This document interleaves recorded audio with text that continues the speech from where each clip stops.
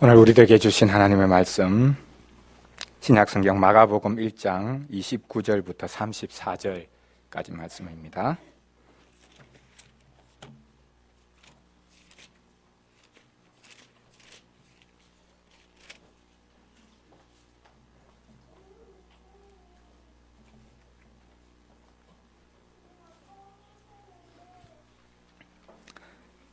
마가복음 1장 29절부터 34절까지 말씀,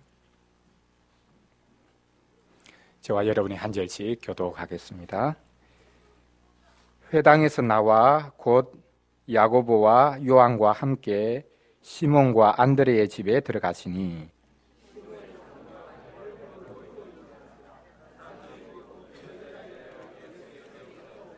나아가사 그 손을 잡아 일으키시니 열병이 떠나고 여자가 그들에게 수종되니라.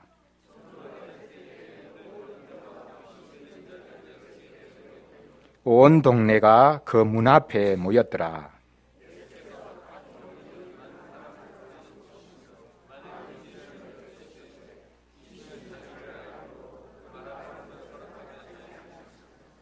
아멘.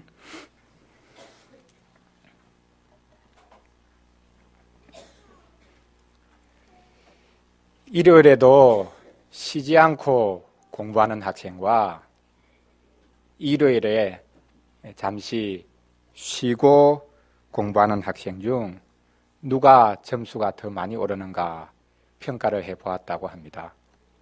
결과가 어떻게 나왔겠습니까? 일요일에 하루 쉰 학생이 점수가 더 많이 나왔다는 것입니다. 쉬면 효율이 오르는 것이겠습니까? 10계명 중 제5계명에서 다음과 같이 말씀하십니다. 엿새 동안은 힘써 내 모든 일을 해야 하지만 제7일째는 쉬어야 된다, 안식해야 된다라고 말씀하셨습니다. 안식일에는 제대로 쉬라는 것입니다. 그런데 주일에도 쉬지 못하는 신자들이 이 세상에서 어떻게 효율을 추구할 수 있겠습니까? 주일에 제대로 쉬지 못한 신자가 주중에서 현대인들에게 제대로 쉬는 방법을 어떻게 가르쳐 줄 수 있겠습니까? 주일과 나머지 6일은 어떻게 연결되겠습니까? 쉬는 것과 일하는 것이 어떻게 아름답게 연결될 수 있겠습니까? 주일에 예배하고 성도의 교제를 나누는 것이 여러분들에게 무슨 유익이 있습니까? 기분 전환하는 것입니까? 주일에 교회 와서 시간을 보내는 것이 과연 한 주간을 살아갈 수 있는 힘과 용기를 줍니까? 주일과 나머지 6일과의 관계를 어떻게 풀어가야 하겠습니까? 오늘 본문을 보면 예수님이 한 주간의 끝날이었던 안식일과 새로운 한 주간의 시작날을 이어주시는 것을 볼 수 있습니다. 우리는 먼저 안식일 오후에 일어났던 일을 살펴보고 그 다음으로 안식일이 끝난 직후 새로운 한 주간의 시작날에 일어난 일을 살펴보겠습니다. 그리하여서 이 두 날이 어떻게 연결되는지를 살펴보겠습니다. 첫째로 안식일 오후의 장면입니다. 예수님이 안식일 오전에 가버나움 회당에서 가르치셨습니다. 그 회당에 귀신 들린 사람이 있었고 그 귀신 들린 사람이 귀신이 예수님을 알고 예수님의 비밀에 관해서 밝히니 예수님이 그 귀신을 쫓아내십니다. 예수님이 놀라운 권위로 말씀하신다라는 사실이 드러나자 예수님의 소문이 퍼져가기 시작합니다. 입에서 입으로 퍼져갔습니다. 예수님은 회당 예배가 마친 후 즉시로 시몬과 안드레의 집에 들어가셨고 그 회당에 모였던 하나님께 예배드렸던 가버나움 사람들은 예수님에 대한 소문을 퍼뜨리고 다니기 시작했습니다. 시몬 베드로는 베세다 출신이었지만 이 당시에 가브나움에 집을 빌려서 머물고 있었던 것 같습니다. 형제였던 안드레도 같이 머물고 있었습니다. 아마도 예수님은 갈릴리 지역에서 사역하실 때 주로 가브나움을 중심으로 사역하셨는데 가브나움에서 사역하실 때 이 시몬 베드로의 집에서 계속 머무셨던 것 같습니다. 예수님은 회당 예배가 마치고 나자 제자들을 데리고 시몬 베드로의 집으로 가셨습니다. 안식일 오후에 베드로의 집에서 쉬고 싶으셨던 것일까요? 안식일 오후에 집에서 편하게 쉬는 것만큼 좋은 일이 어디에 있겠습니까? 그런데 시몬 베드로의 집에는 그의 장모가 같이 살고 있었습니다. 대가족이 한 집에 살고 있었던 것입니다. 아마도 큰 집을 빌렸던가 봅니다. 공교롭게도 시몬 베드로의 장모가 그 안식일에 열병에 걸려 있었습니다. 말라리아에 걸린 것인지 모르겠습니다. 언제부터 그 열병에 걸린 것인지도 우리는 확인할 길이 없습니다. 예수님이 회당에서 귀신을 쫓아내셨는데 바로 그때에 시몬 베드로의 집에서는 그 장모가 열병에 앓아 누워 있습니다. 아마도 상상력이 풍부한 분들은 이 두 가지를 연결하고 싶은 충동을 느낄지도 모르겠습니다.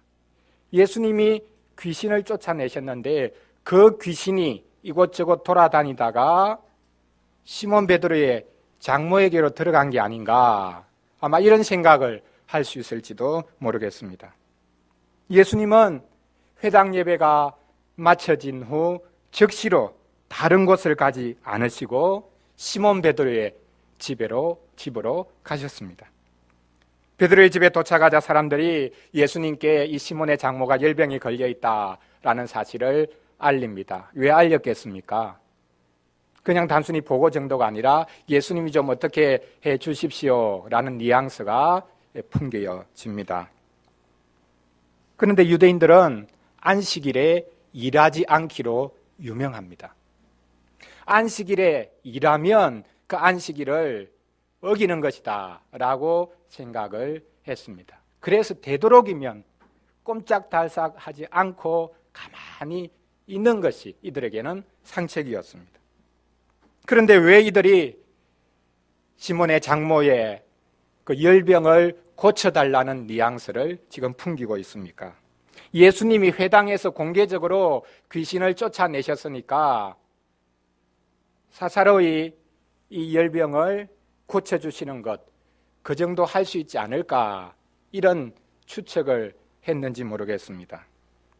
집안에서 몰래 병을 고치는 것이 무슨 문제가 되겠는가, 알려지지 않기만 하면 되지 않겠는가, 이런 생각을 했을지도 모르겠습니다. 예수님께서 열병을 고쳐주신 것, 그리고 바로 직전에서 귀신을 쫓아내신 것, 이것이 무슨 차이가 있습니까? 회당에서 공개적으로 영적인 병이라고 할 수 있는 귀신을 쫓아내신 것과 개인 집에서 사사로이 육체의 질병을 고쳐주신 것, 그 차이겠습니까? 공개적인 것, 안 그러면 사사로운 것, 또한 귀신을 쫓아낸 것, 열병을 고쳐주신 것, 영적인 것, 육적인 것, 이런 차이를 지금 대조시키고 있는 것입니까? 귀신에 들린 것과 열병에 걸린 것이 얼마나 다른 것입니까? 당시 유대인들은 질병에 걸린 것이 곧 귀신 때문이다 라고 생각하곤 했습니다. 아직까지도 이런 생각을 하는 사람들이 있습니다. 무려 종교인들은 이런 생각을 하기가 쉬울 것입니다. 특히 한국 교회가 더 심하지 않습니까?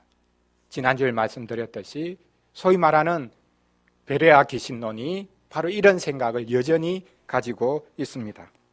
모든 질병은 귀신이 가져다 준다고 생각을 합니다. 질병에 걸리면 병원에 가면 안 됩니다.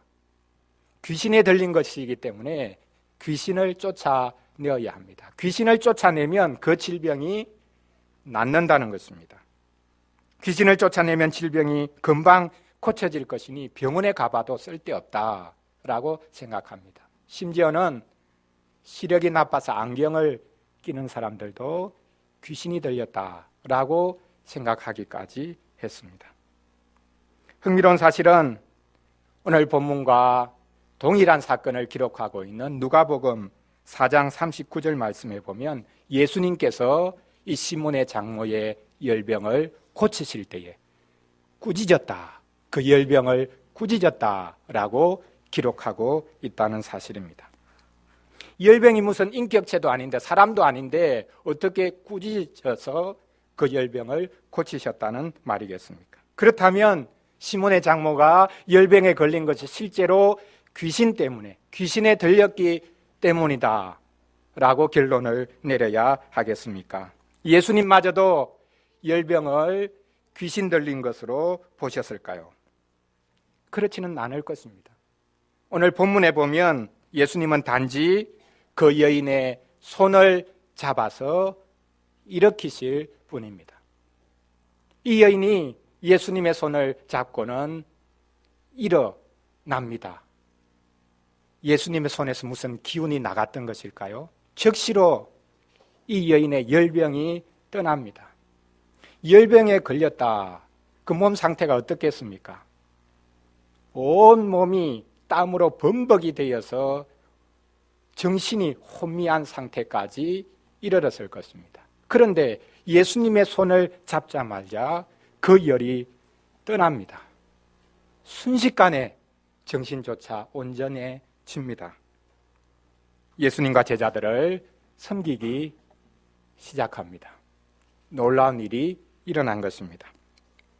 열병이 떠나간 시몬의 장모는 예수님과 제자들을 수종듭니다. 안식일 오후에 아마 작은 잔치가 벌어진 것 같습니다. 예수님은 제자들과 더불어 시몬의 집에서 먹고 마십니다. 여권 운동가들은 오늘 본문의 사건을 탐탁지 않게 여길지도 모르겠습니다.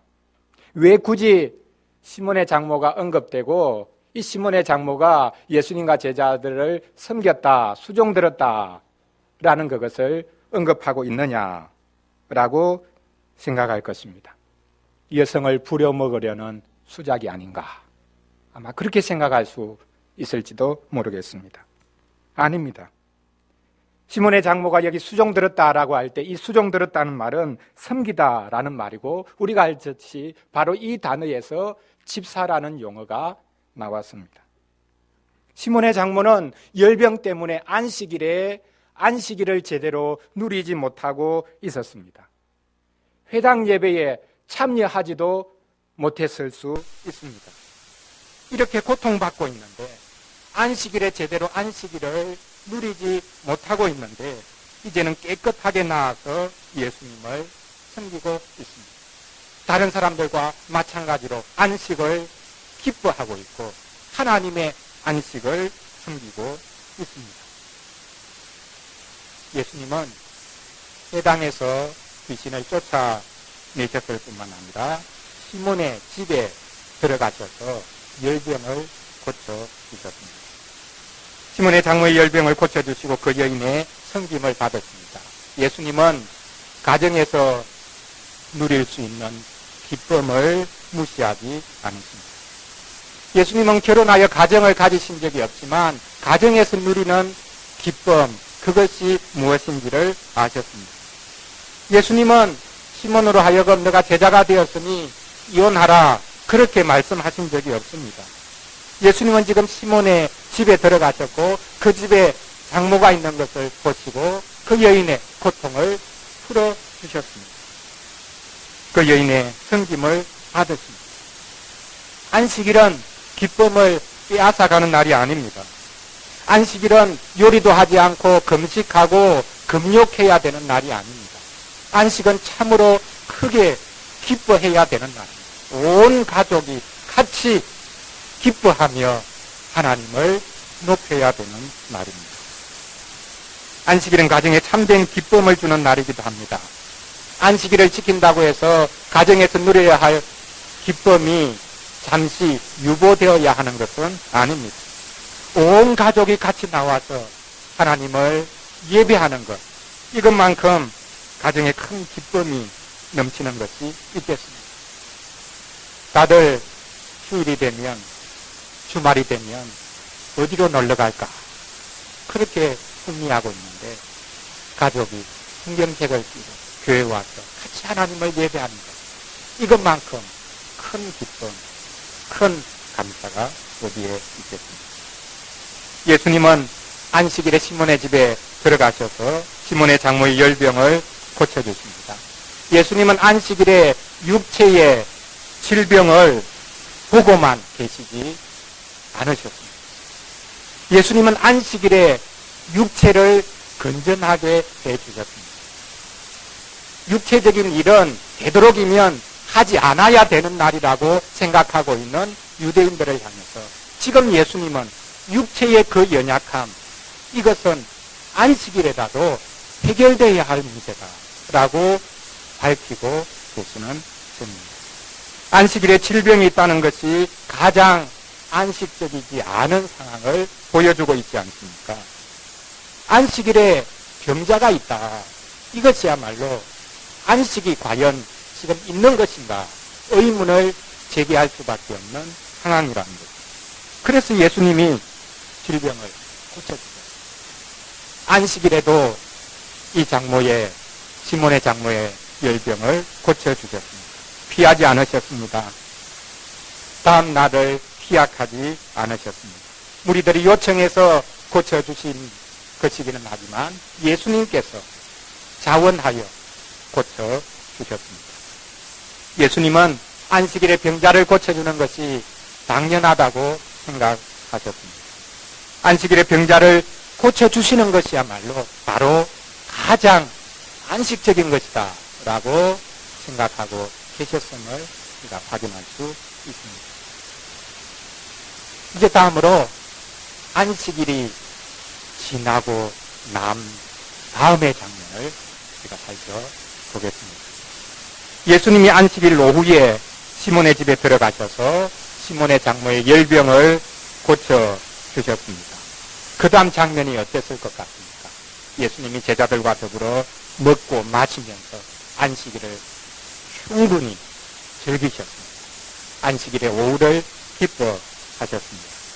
어느덧 해가 집니다.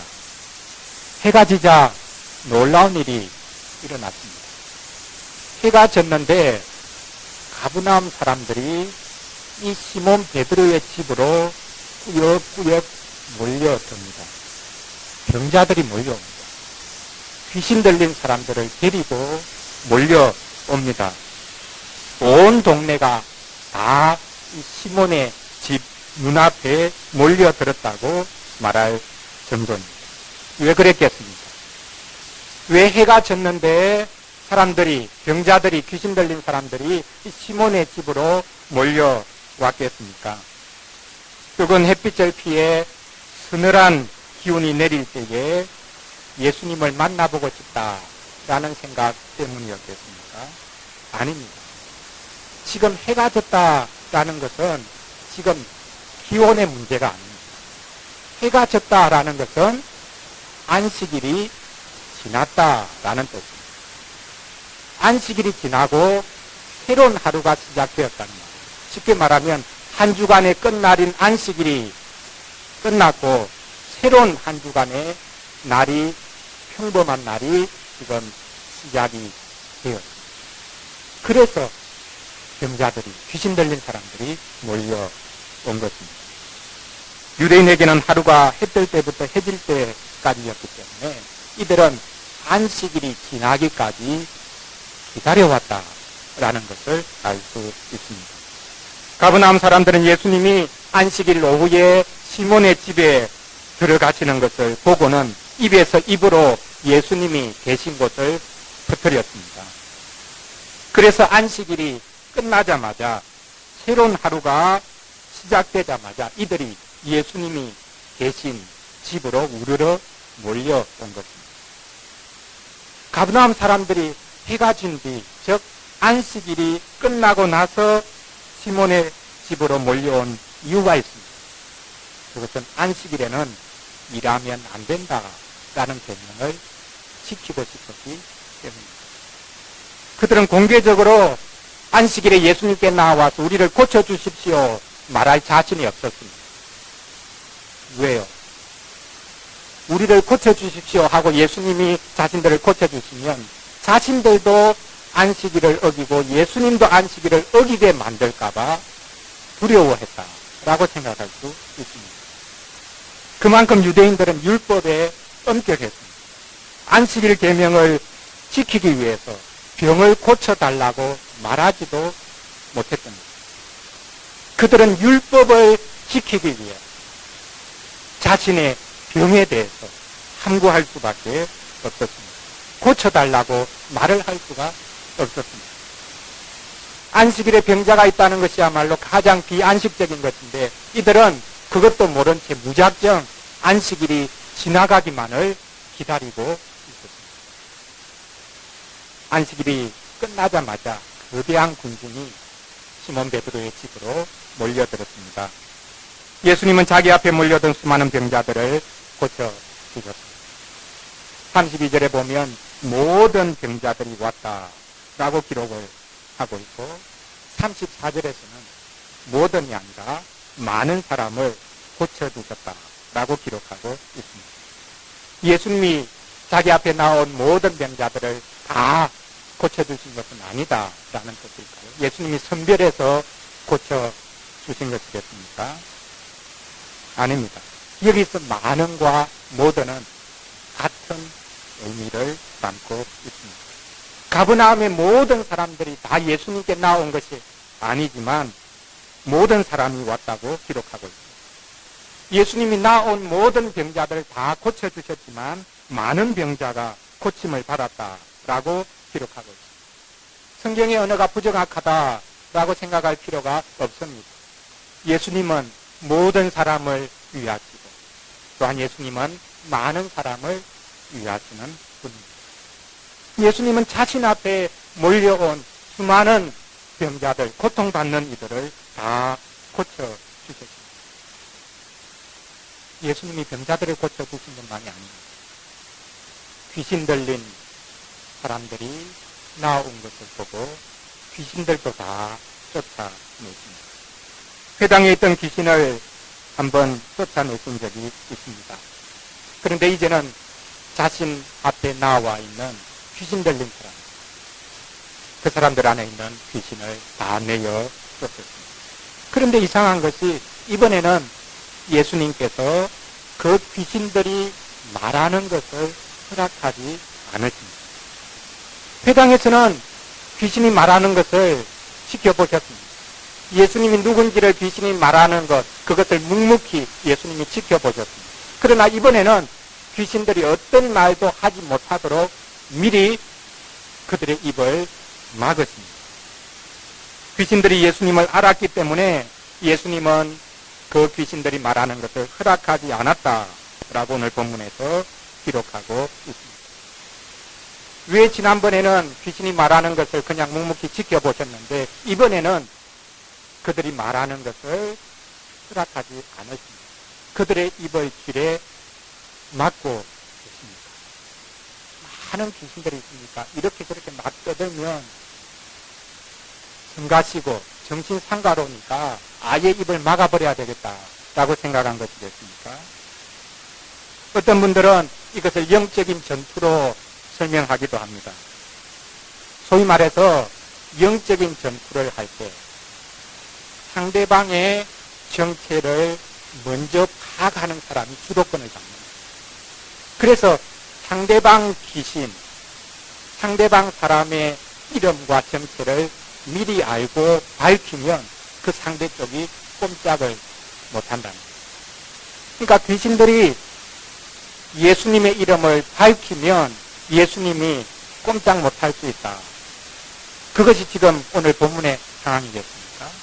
귀신들이 예수님의 이름을 알고 예수님이 어떤 분인지를 안다고 한들 예수님이 제압당하시는 분입니까? 그런 것이 아니지 않습니까? 요즘 선교지에서 이런 소위 말하는 영적 지도 그리기라는 말이 유행하고 있습니다. 청구하러 간 팀은 먼저 나가서 전도하기 전에 그 지역을 사로잡고 있는 어둠의 세력, 귀신이 어떤 존재인지를 미리 파악을 해야 된다는 것입니다. 이런 생각은 경험적으로 나온 것인데요. 어떤 팀이 복음을 전하기 위해서 어떤 지역으로 들어갔습니다. 열심히 전도를 했는데 도무지 전도가 되지 않습니다. 아무도 복음을 받으려고 하지 않습니다. 도대체 뭐가 문제일까? 모여서 기도하기 시작합니다. 기도하면서 하나님 뭐가 문제입니까? 그랬더니 이 지역을 사로잡고 있는 귀신이 있는데 그 귀신의 이름을 밝혀내야 된다. 그래서 열심히 기도를 해가지고 그 귀신의 이름, 그 귀신의 정체를 밝혀내다. 그래서 그 귀신의 이름을 부르면서 너가 이곳을 떠나가라. 그렇게 말을 하고 난 다음에 나가서 전도하기를 시작했는데 신기하게도 동일한 사람들이었는데 그전에는 복음에 대해서 문을 꽉 닫고 도무지 반응하지 않던 사람들이 이런 일이 있고 난 다음에 가서 복음을 전했더니 너도 나도 막 예수님 믿겠다고 나오더라는 거예요. 그러니까 어떤 지역이든지 그 지역을 사로잡고 있는 귀신이 있고 그 귀신의 정체 이름을 밝혀내는 것이 선교에 있어서는 가장 중요한 일이다. 이런 이론이 생겨났습니다. 이런 생각에 우리가 귀가 솔깃할 것이 아닙니다. 우리는 귀신의 이름과 정체를 파악하는 것이 중요한 것이 아닙니다. 그런 일에 우리의 관심과 우리의 시간을 쏟을 이유가 없습니다. 오히려 우리는 하나님의 이름이신 예수 그리스도의 능력을 힘입는 것이 무엇보다 중요합니다. 그런데 왜 지금 예수님은 귀신들의 입을 막으시고 자신이 사람들에게 어떤 분인가 라는 것이 나타나는 것을 지금 거부하고 계시는 것입니다. 신학자들은 예수님이 자신을 숨기고자 하는 이 모습에 당혹해 하면서 도대체 이게 무엇 때문일까 라고 생각을 하기 시작했습니다. 이것을 소위 말해서 메시아적 비밀이라고 부릅니다. 심지어 어떤 신학자는 예수님이 한 번도 자신이 메시아라고 공개적으로 주장하신 적이 없다라고까지 말합니다. 예수님은 자신이 메시아라는 것을 꿈에도 생각한 적이 없다는 것입니다. 단지 사람들이 기적을 일으키고 하니까 유대인들이 예수님을 억지로 임금 삼고 억지로 메시아 노릇하도록 그렇게 이용하려고 했을 뿐이지 예수님은 한 번도 내가 메시아다 그런 생각을 한 적이 없다는 것입니다. 그렇습니까? 아닙니다. 예수님은 자신이 메시아임을 분명히 밝히셨습니다. 하나님으로부터 온 하나님의 아들이라는 것을 밝히셨습니다. 인자라고까지 말씀하셨습니다. 인자는 사람의 아들이라는 뜻인데 그냥 나는 평범한 사람이다 그런 뜻이 아닙니다. 거기서 말하는 인자는 하나님으로부터 모든 권력을 위임받아서 하나님의 백성들을 다스리는 왕을 가리키는 전문 용어였습니다. 예수님이 이렇게 자신을 밝히셨습니다. 그런데 왜 예수님은 병자를 고치시고 귀신을 쫓아내시면서 자신의 능력, 자신의 권위를 한쪽으로는 계속 드러내시며 다른 한쪽으로는 자신을 숨기려고 하십니다. 귀신의 입을 막고 계시는 것입니다. 이중 플레이. 왜 이중 플레이를 지금 하고 계시는 것입니다. 예수님이 아직까지는 확신이 없었기 때문이겠습니까? 예수님은 점차 경험이 쌓여가면서 내공이 쌓여가면서 서서히 자신감이 붙어서 조금씩 자신에 대해서 과감하게 발설하기 시작한 것이겠습니까? 아닙니다. 예수님은 처음부터 자신이 어떤 일을 하셔야 된다라는 것을 아셨습니다.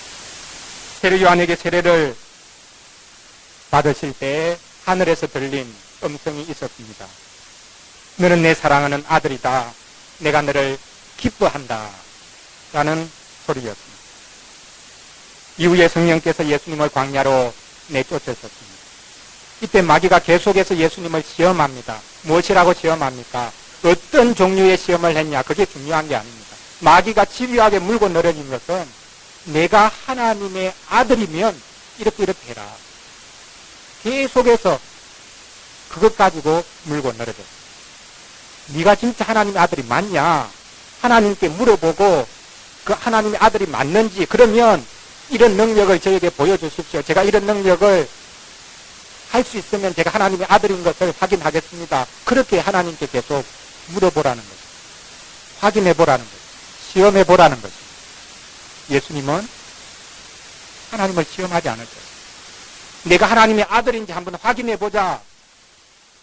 그 과정을 밟지 않으셨습니다. 하나님의 뜻에 묵묵히 순종하셨습니다. 예수님은 하나님을 시험할 필요가 없었습니다. 내가 하나님의 아들인지 확인해 주십시오. 그런 확인이 필요 없었던 것입니다. 그렇다면 예수님께서 지금 귀신들의 입을 막으신 것은 좀 기다려봐라. 내가 좀 생각할 시간을 좀 가져야 되겠다. 그래서 지금 귀신들의 입을 막으신 것이 아닙니다. 그렇다면 이유는 딱 한 가지입니다. 예수님은 당시 유대인들이 가지고 있던 정치적인 메시아상이 자신에게 뒤집어 씌워져서 무리들이 그것을 이용할 것을 아시고 스스로 숨기고 계신다라는 것을 알 수 있습니다. 그 당에 있던 귀신이 예수님을 향해 이미 말했죠. 당신은 하나님의 거룩한 분입니다. 그렇습니다. 예수님은 하나님의 거룩한 분입니다.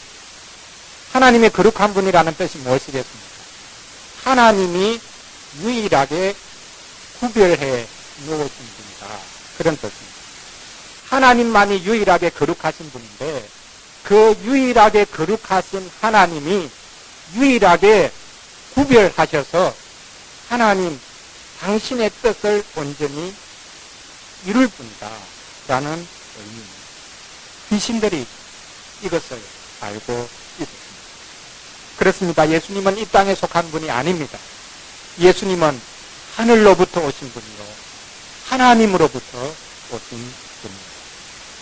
예수님은 이 땅에 속한 귀신의 증거를 받으실 필요가 없습니다. 그래서 예수님은 귀신의 입을 막으셨어요.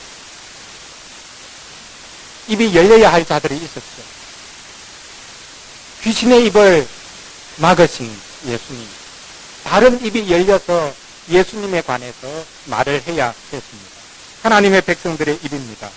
그런데 아직까지 제자들조차도 하나님의 백성들조차도 그들의 입이 열려서 예수님을 증거하지 못합니다. 아니 마지막까지 하나님의 백성들의 입은 묵묵히 닫혀 있었고 예수님은 홀로 하여 갔습니다. 자기 땅에 오셨지만 자기 백성이 예수님을 알아보지 못했던 것입니다. 사랑하는 성도 여러분, 예수님은 안식일에 회당에서 귀신을 쫓아내시고 집에 들어가셔서 열병으로 시험하는 제자의 장모를 고쳐주셨습니다. 예수님이 하신 이 일이 소리 소문 없이 퍼져 나갔습니다. 예수님에 대한 소문이 퍼져 나가는데 며칠이 걸린 게 아닙니다. 단 하루 만입니다. 아니, 단 몇 시간 만에 예수님에 대한 소문이 가버나움 인근에까지 퍼졌습니다. 가버나움 사람들은 안식일에 분주하게 입을 놀렸습니다. 아니, 입만 놀린 것이 아니라 발도 놀렸습니다. 분주하게 오고 가고 하면서 예수님에 대한 소문을 퍼날랐습니다. 인터넷이나 휴대전화가 없던 시대였으니 이들이 얼마나 빨리 입을 놀려야 했고 빨리 그들의 발을 놀려야 했던가 충분히 짐작해 볼 수 있습니다. 안식일에 일하면 안 된다는 것을 너무나 잘 알고 있던 이들. 그래서 안식일에 병자들을 데리고 예수님께 나올 수 없었던 이들이 오히려 예수님의 소문을 퍼뜨리기 위해서 발빠르게 움직였습니다.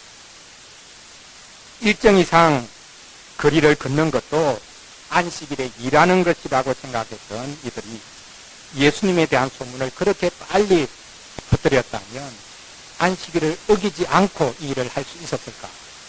이런 생각도 해보게 됩니다. 예수님에 대한 소문을 들은 수많은 병자들이 안식일이 끝나자마자 베드로의 집으로 몰려들었습니다. 예수님이 안식일에 일을 하면 안 된다. 자기들뿐만 아니라 예수님도 일하면 안 된다라는 생각 때문에 안식일이 끝나기를 기다린 것입니다. 가버나움 인근의 병자들은 안식일이 끝나기만을 기다렸습니다.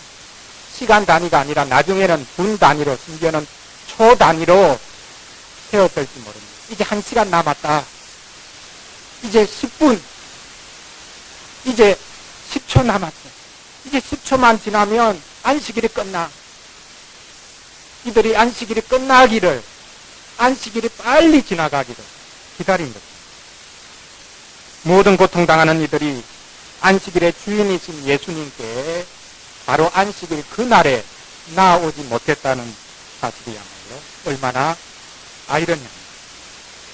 안식일에 아무것도 하지 못하고 안식일이 끝나기만을 고통받는 이들이 기다렸다는 것. 그것이 얼마나 가슴 아픈 일입니다. 안식일에 정작 안식을 누리지 못했던 이들이 안식일이 끝나고 나서야 비로소 예수님께 나옵니다. 예수님이 그들을 다 고쳐주시고 그들을 온전케 하셨습니다. 교회가 예수님을 본받아야 한다고 말하면서 복음은 열심히 전하지만 왜 예수님이 하셨던 이 치유사역, 병자를 고쳐주시고 귀신을 쫓아내는 이런 일은 하지 않는 것이겠습니다. 안 하는 것이 아니라 못하는 것입니다. 능력이 없기 때문입니다. 병자를 고치는 것으로 유명했던 순복음 교회도 요즘에는 치유가 뜸합니다. 옛날에 그 유명했던 분들이 지금도 그런 치유 사역을 계속하고 있다. 그런 능력이 나타난다. 그런 말을 들어보지 못했습니다. 지금은 귀신이 거의 사라진 것뿐만 아니라 치유 사역도 동시에 거의 사라져가는 시도일지 모릅니다. 예전에는 순복음 교회에 대단한 능력이 나타나고 치유 기적이 일어난다라고 하니까 많은 다른 교단, 교회들이 이 순복음 교회를 그렇게 경계하고 교인들을 단속시키기도 했습니다. 순복음 교회는 너무 기복적이다, 교리적인 기초가 없다, 그렇게 말들을 했습니다. 근데 자기 교회에 든든 사람이 있으면 불러서 순복음 교회 좀 갔다 오세요 말합니다. 병을 고치고 나면 다시 돌아옵니다. 예수님이 병자를 고치십니다. 예수님이 귀신을 쫓아냈습니다. 무엇 때문이겠습니까? 자신의 능력을 자랑하기 위함이 아닙니다. 그것 자체가 물론 긍휼 때문에 행하신 것이지만 예수님 자신이 누군지를 보라는 것입니다. 예수님이야말로 참으로 온전케 하시는 분이요 안식일의 주인이다. 참 안식을 주시는 분이다 라는 것을 보라는 것입니다. 교회는 예수님처럼 이렇게 능력을 행해서 우리 자신의 능력을 증명할 필요가 없습니다. 안식일이 지났습니다.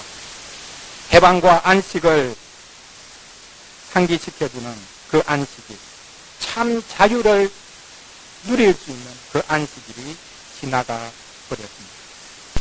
가버나움 사람들은 안식의 의미를 모르고 안식일이 지나가기만을 기다렸습니다. 안식일이 지나서야 고통당하는 이들이 예수님께로 왔습니다. 예수님은 안식일이 지나도 그들을 고쳐주셨습니다.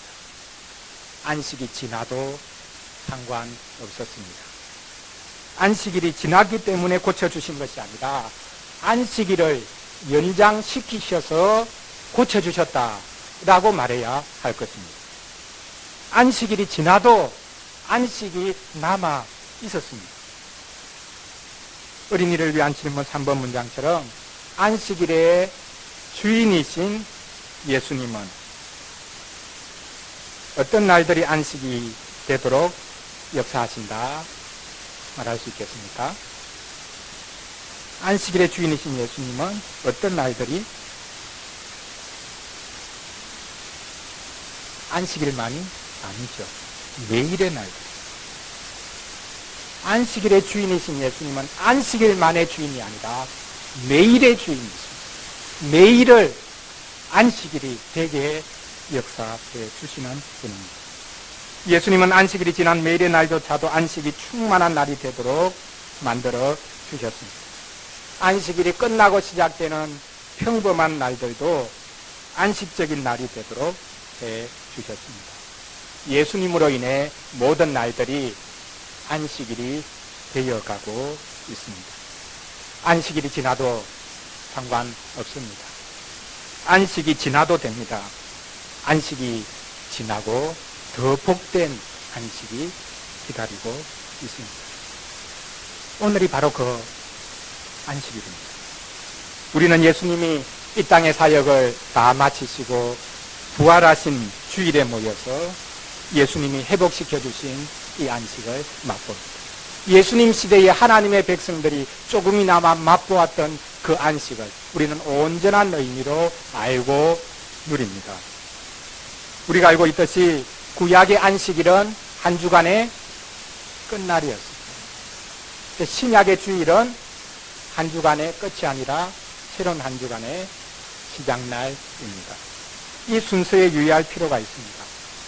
구약시대에는 일하고 일의 끝자락에서 겨우 안식했습니다. 신약시대는 이 순서가 바뀝니다. 신약시대는 안식하고 일합니다. 우리는 일하고 나서 겨우 조금 안식하는 것이 아니라 일하면서도 미리 맛본 안식을 계속해서 확장해서 누릴 수 있습니다. 우리는 일하면서도 매일의 날들 가운데서 안식을 누릴 수가 있습니다. 혹 우리가 나는 왜 남 좋은 일만 시키는가 그렇게 생각할 때가 있지 않습니까? 나는 소모품에 불과한 것 같다. 그렇게 생각할 때도 있습니다. 하지만 하나님께서는 그런 사소한 일을 통해서 영광을 받으십니다. 아무리 작은 일, 어느 누구도 알아주지 않는 일이라 할지라도 신자가 그 일을 할 때에 그 일은 가장 큰 일이 되고 하나님께 가장 크게 영광 돌리는 일이 되는 것입니다. 그런 사소한 일이 우리의 안식거리입니다. 이번 한 주간도 예수 그리스도의 언덕에 힘입어 고난 가운데서 안식을 맛보며 모든 고난의 일들을 안식거리로 여러분의 밥으로 삼으시는 복이 있기를 간절히 소원합니다. 기도하겠습니다.